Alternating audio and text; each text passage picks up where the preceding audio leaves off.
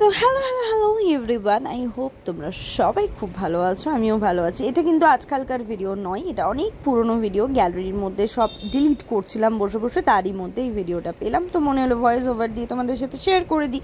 Because করেইছিলাম ভিডিওটা তোমাদের সাথে শেয়ার করব বলে।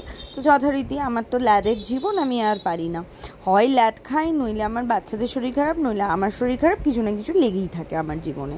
তো যাই হোক, এই দিনটা বেশ ভালো কেটেছিল। অনেকটাই রাত হয়ে গেছিলো, নাই করে প্রায় 11:30 পৌনে 12টা বাজছিল, বা 12টাই বেজে গেছিলো বোধহয়, অতটা ঠিকঠাক মনে নেই, বাট অনেকটা রাত হয়েছিল। তো হালকা খাওয়া দাওয়া করে সুতপাকে বললাম, দেখ ঝড় উঠেছে, বৃষ্টিও পড়বে, বেরোবি? তো বললো হ্যাঁ চল তাহলে। ও কিন্তু আমার বর্ধমানের বন্ধু, ঠিক আছে। তো সুতপা বললো হ্যাঁ চল তাহলে বেরিয়ে পড়ি। তো বেরিয়ে পড়লাম।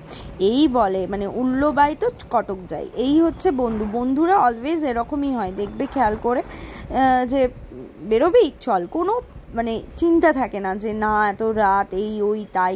এটা বন্ধু না হয়ে এটা যদি অন্য কেউ হতো, মানে লাইক দিদি, বোন, অন্য কি যাই হোক না কেন, যেই হতো না কেন, সেই কিন্তু বারণ করতো এত রাত বেরোনো উচিত নয়। তারপর ওই রাস্তাগুলো ভর্তি ফাঁকা ছিল, কিন্তু এখানে এসে পাটুলিতে এসে দেখছি পুরো ভর্তি এত লোক। তখনই সুতপাকে আমি বললাম যে দেখ কত লোক আছে, এখানে চা খেতেও ইচ্ছে করছিল। তো সুতপা বলছিল চল গিয়ে খাই।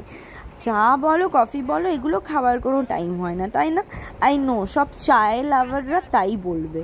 তো সেরকমই ইচ্ছে করছিল। তারপরে আমার মনে হলো যে ওখানে দাঁড়ানোটা ঠিক হবে না, বিকজ অনেক মেয়ে কম ছিল, প্রচুর ছেলে ছিল, আর প্রচণ্ড হাওয়া দিচ্ছিলো, আর আমার শার্টটা উড়ে উড়ে বেরিয়ে যাচ্ছিলো।